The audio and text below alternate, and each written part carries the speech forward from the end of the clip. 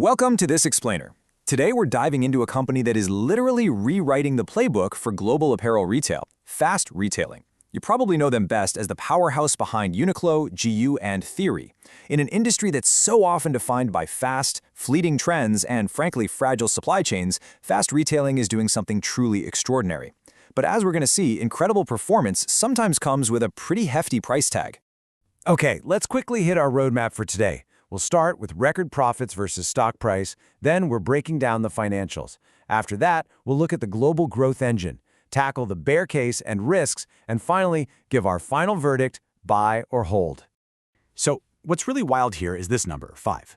Fast retailing just reported its 5th consecutive year of record profits. I mean, that's not just a lucky streak, right? That is the direct result of a massive, deliberate, strategic pivot. They've aggressively moved towards functional, high-quality apparel, and they've paired that with just relentless international expansion. Which perfectly tees up Section 1, record profits versus stock price. So on one hand, you've got fast retailing completely defying normal retail gravity. Their operational dominance right now is absolutely stellar. But on the other hand, you have to square that incredible performance against a pretty rough global macroeconomic backdrop, and crucially, a stock price that trades at a massive premium. It really makes you wonder, can a company actually be too perfect for its own good? Let's dig right into the numbers in Section 2, breaking down the financials. This paints the real picture for us. If we look at the third quarter of fiscal 2026, which ended in May, the numbers are an absolute knockout. Revenue hit 1.01 trillion yen, but the operating profit? That surged by a staggering 45.7% year over year to nearly 214 billion yen. We're not talking about just some incremental bump. This is a massive acceleration in profitability. Oh, and net profit blew past forecasts by over 23% too. Riding that massive wave of momentum, management actually went ahead and upgraded their full-year forecast. They're now expecting operating profit to hit an astonishing 730 billion yen, with total revenue closing in on 4 trillion yen. Talk about firing on all cylinders. But of course, that begs the obvious question: where in the world is all this growth actually coming from? Well, that brings us to Section 3, the global growth engine. Without a doubt, the primary catalyst here is their international UNIQLO business. Over just a 9-month stretch, international revenue jumped 26% and profit expanded by more than 45%. If we look at North America and Europe, they're enjoying sustained double-digit growth. And what's really fascinating about that is how fast retailing is successfully positioning UNIQLO not as some cheap budget brand, but as a premium provider of high-tech, functional wear. Then you've got mainland China. Investors were definitely sweating a bit there, but structural reforms are already yielding higher revenue and once again double-digit profit growth. Oh, and let's not leave out GU. Their trendier, more value-conscious brand just posted a nearly 37% jump in profit. So how exactly are they pulling this off across so many wildly different markets? The secret sauce is their vertical integration model. Basically, by owning the entire process, from sketching the design right through manufacturing all the way to the retail floor, they're completely bypassing traditional wholesale margins. It cuts out the middlemen entirely.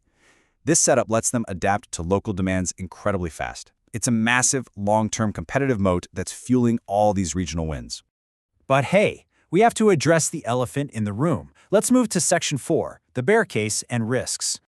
Look, while their internal operational game is undeniably strong, thanks to that vertical integration and insane global demand we just talked about, the external environment they're navigating is throwing up some severe macro headwinds. These aren't just theoretical bumps in the road, they're very real, grounded risks that could seriously threaten their momentum. Let's break down exactly what they're up against right now. First off, the Japanese yen is sitting near 40-year lows. Since fast retailing imports so many of its materials, this is a massive cost headache. It's already forced them to hike prices on autumn and winter items in Japan by about 4%, which, could definitely dampen domestic consumer sentiment. Then there's geopolitics.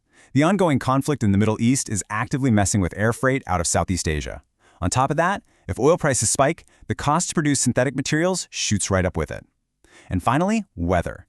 We've seen severe European heat waves literally keep shoppers at home, even forcing temporary store closures. So yeah, there's a lot of volatility in the mix. And all of that external volatility feeds directly into the biggest risk for anyone looking to invest right now: valuation. Let's quickly demystify a metric here, the PEG ratio. Basically, it measures a stock's price against its expected growth. Typically, anything over 1.0 suggests a stock might be getting overvalued relative to its future earnings.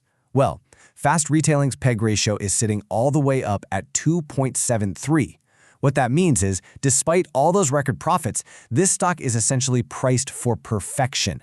There is practically zero wiggle room if they stumble on any of those macro risks we just went through. To put that into perspective, just look at how expensive the stock is today in more traditional terms. They're currently trading at a trailing price-to-earnings ratio of 48 times and a forward PE of about 40 times. Again, that just hammers home the valuation risk. You're paying an absolute premium for all that operational excellence. Which brings us to the moment of truth. Section 5, final verdict. Buy or hold? The easy money has already been made. That sentiment right there perfectly captures the current mood on Wall Street. Major institutional players, like Goldman Sachs and Morgan Stanley, are maintaining their ratings on the stock, but they're basically conceding this exact point. The market has already priced in all this recent massive success. The easy, fast money from their big turnaround? Yeah, that ship has sailed. And the consensus data totally backs this up. Out of 16 leading analysts, the average 12-month price target is 84,500 yen.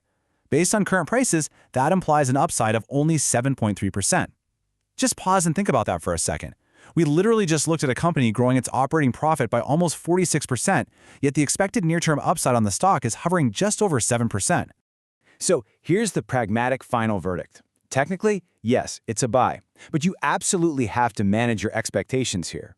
This is a classic growth at a reasonable price challenge. If you're already holding shares, great. Sit back and relax. This is a fantastic long-term hold. But if you're a new investor looking to jump in, you need to treat this as a 3 to 5 year play that banks on their deep competitive moats, not some short-term speculative flip. The smartest strategy? Scale in over time. Buy in tranches so you can actually take advantage of the inevitable price dips that are going to come from all that geopolitical and currency volatility. As we wrap up this explainer, I want to leave you with a final thought to help shape your own investment thesis. You've seen the flawless, machine-like operational execution, and you've seen the pretty hefty price tag attached to it. So are Fast Retailing's long-term global moats truly worth paying that near-term premium? Something to think about. Thank you so much for joining me on this deep dive, and as always, keep learning.